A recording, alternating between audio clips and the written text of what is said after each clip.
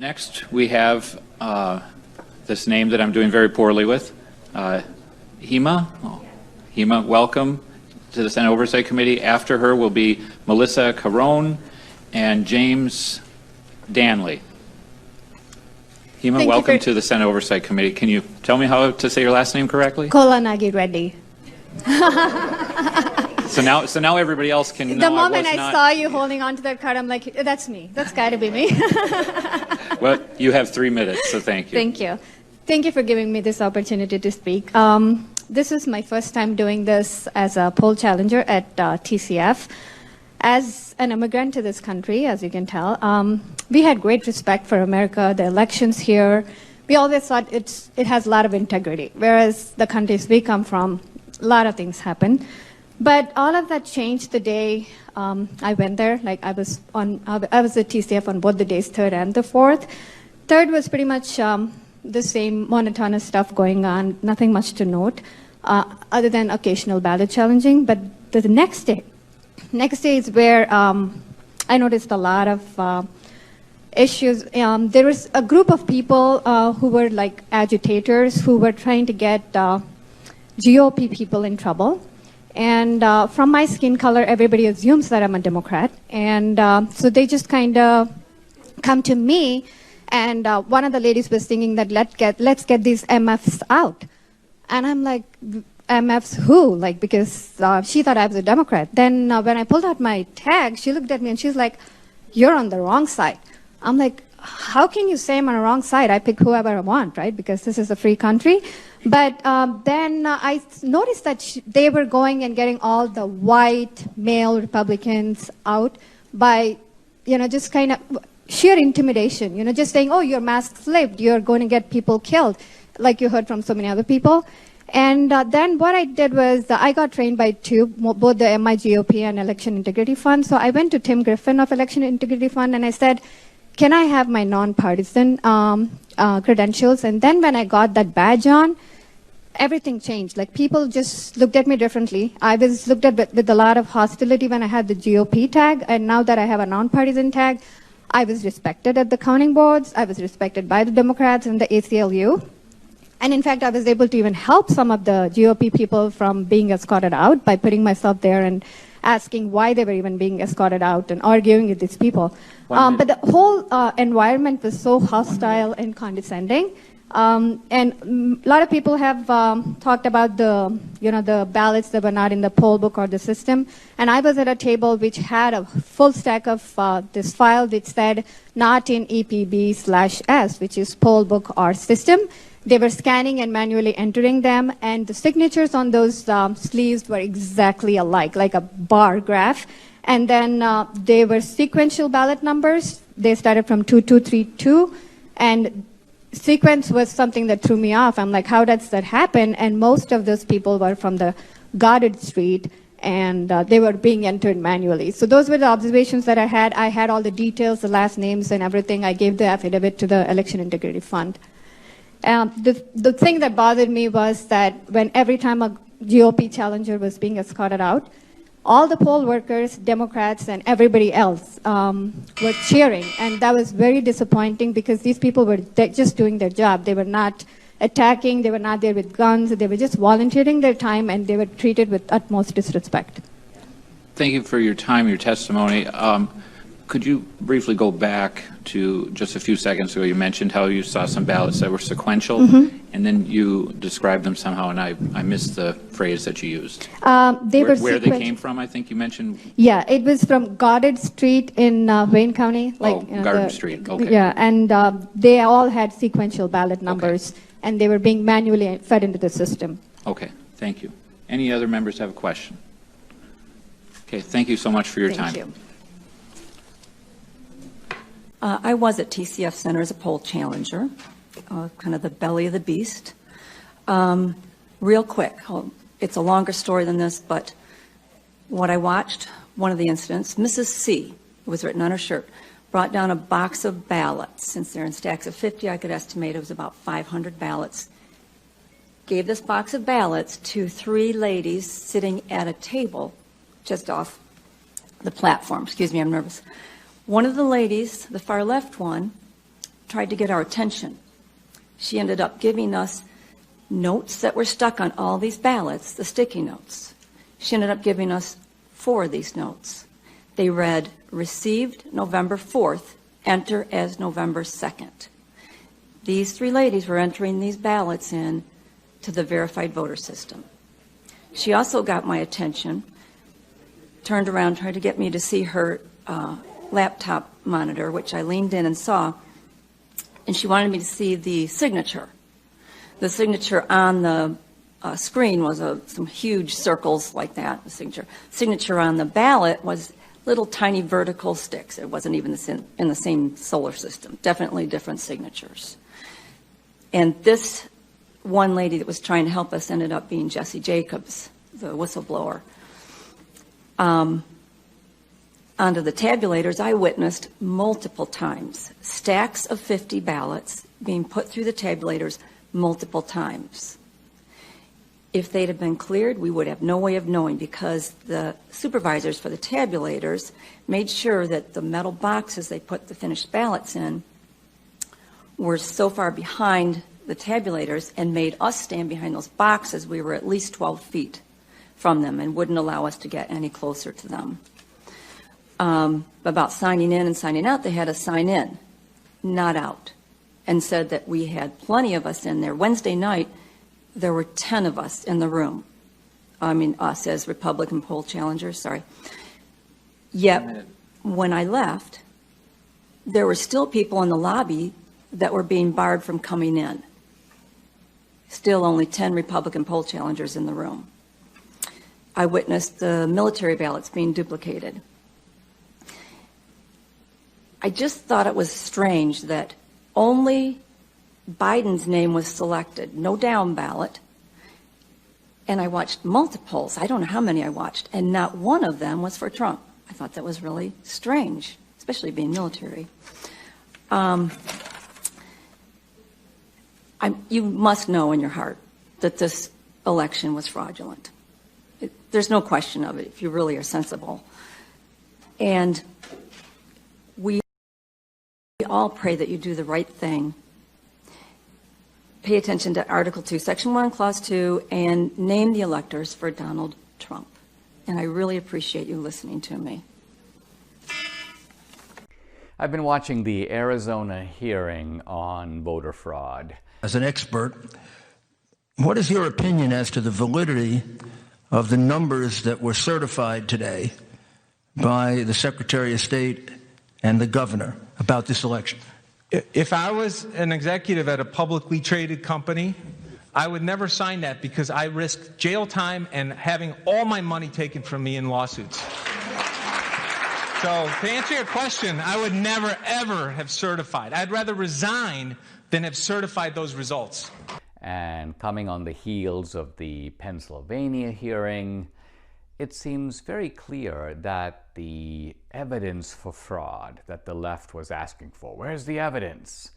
Well, the evidence is beginning to really pour out in terms of testimony, affidavits, observations, documents, as well as statistical arguments and probabilities. It's coming out, but the question I have is, where is it going? Is all of this going to the court? We have a sort of lack of clear direction from the Trump legal team as to what is the strategy for contesting this election. Is it fundamentally a legal strategy, or is it a political strategy of a different sort? Let me discuss the two in turn. First, the legal strategy, the idea of going to the court. And here my worry is that the courts will simply turn to the Constitution, which says very clearly, Article 2, Section 1, that the responsibility for carrying out these elections is with the state legislatures. And remember, we have courts here with conservative justices who are committed to upholding the Constitution, or deferring, if you will, to the Constitution and deferring to the legislatures where appropriate. And so there's a very good chance, it seems to me, that even the Supreme Court, even a Republican-dominated Supreme Court, would say, listen, if this is a problem, and it is a problem, fix it at the level of the state legislatures. But what that means to me is that these state legislatures have a tremendous responsibility and a tremendous opportunity. It so happens that in the swing states, from Arizona to Georgia to Michigan to Pennsylvania, the legislatures are controlled by Republicans. And that means that this election, the very naming of the electors, is in the hands of Republicans. So why wouldn't Republicans, who can see this evidence of voter fraud, who can see that this election has been compromised, who have actually no doubt about that, and no doubt that this has occurred on a systematic level, enough to make a difference in the election, these legislatures need to do nothing more than use their constitutional power to name their own electors or prescribe a solution that would fix the problem. So what's keeping them from doing it? Nothing more than their fear of the media, their fear that they will be terrorized by reporters, portrayed as being monsters. But this power of the media is illusory. It is nonsense. We don't have to pay any attention to it. And so I'm calling on Republican state legislators not to be intimidated by media types. You have the power in your own hands if you will only use it. Way to go, Dan. Way to go. Way to Look go. at this. A lot of cops. What are they, arresting a member of MS-13? No, it's just a guy who owns a bar who had the nerve to open for business in violation of Governor Cuomo's new COVID restrictions, which were just in place for certain neighborhoods. His name is Danny Presti. He's in custody right now. That's a real shame, but we are joined by some of his friends and his attorney. We got John Tabacco, who hosts the Liquid Lunch Show on Biz TV. Used to be here at Newsmax. Miss you, John. Good to see you again. And the attorney for Mr. Presti, who I have not yet been introduced to. We'll get to you, sir, in a second. But first, Johnny Tabacco, welcome. I understand you're a customer at this place, which, if I haven't mentioned, is called Max Public House. Anyway, how are you? Greg, I'm not only a customer, I'm a proud Staten Islander. And like you, I'm a proud son of an NYPD officer. And it's really sickening to come down to a local restaurant where these guys are just trying to stand up for their rights and fight for freedom. And we got a bunch of fake cops. They're sheriffs. These are TLC guys. They got them in actual fake Halloween costumes to look like NYPD officers. Came in and arrested a guy for doing absolutely nothing. And Greg, I got to tell you, this is Lou Gelomino. He's one of the best patriots you're ever going to meet. He and his partner, Mark Fonte, are representing all these businesses who are standing up to this governor's edict. And Lou himself was separated from his client. Due process was removed. And Lou, tell him what happened. They actually gave a fine to his attorney. Greg, thanks for having us. So they came in. They were polite in the beginning. I stepped in. I said, guys, everybody's going to be polite. Everybody's going to be respectful. Do what you have to do. They emptied out the bar, and about 5 minutes in, I started filming everybody. Again, politeful and respectful. All of a sudden, they wanted my ID and gave me 4 summonses just for representing my client. On top of the summonses, they gave the poor employees in here over $5,000 worth of summonses each just for working in the establishment. Huh. Hey, Greg. I don't like that Greg, at all. you know now, what wait we a do second. on Did they Liquid know Lunch, 100% okay? that? Well, you just got a summons. You weren't arrested, so that's good. No. Yeah, he was. I'm sorry. It's Go an ahead, Johnny. attorney. I'm an attorney just No, doing I my know. job. I didn't realize at Greg, first because everybody was respectful, polite, and calm. Everybody, the whole entire time, until we started filming. And that's when 1 or 2 of the sheriffs got very aggressive and demanded that they see my ID. all right, so let's get back to the owner, Danny. I'm glad you guys were not arrested, but Danny is in custody right now. Is he going to spend the night? And what are you actually charged with when you keep your bar open and Governor Cuomo says you're not supposed to?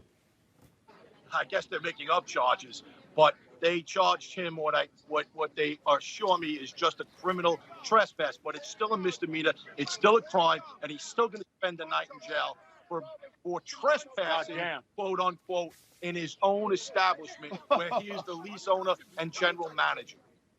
I don't like this at all. I don't like this at all. But wait a second. Go ahead, John. Greg, it's a government takeover. We just saw the government come in, raid a business, take it over, lock it down for doing absolutely nothing. We got a whole bunch of activists. People are literally stopping their cars in the street. And I got to tell you, there's a lot of people coming out to support these guys. I hope there's a lot more business owners around the country. Maybe the thing to do is occupy your business. Stay in there 24 hours a day and let the sheriffs try to come in and get you out of the place. Because when they drag you out, that's when people start waking up to what's really happening. And I may just occupy the place tomorrow and do liquid lunch from here. That would be great. Okay. All right. But when you're inside the place, I haven't been lately, but, you know, you keep social distancing. Everybody's doing what they're supposed to do for the COVID, right? Yes, without a doubt. Again, they were following all social restrictions. Everybody was polite and respectful, even when the officers came in, and they still were aggressive, and they still threw everybody out, and they still arrested my client. It's like the mafia. Staten Island gets a bad rap for being like in the mob. Governor Cuomo is a mobster. He just sent down his Gestapo squad here tonight and locked the place down.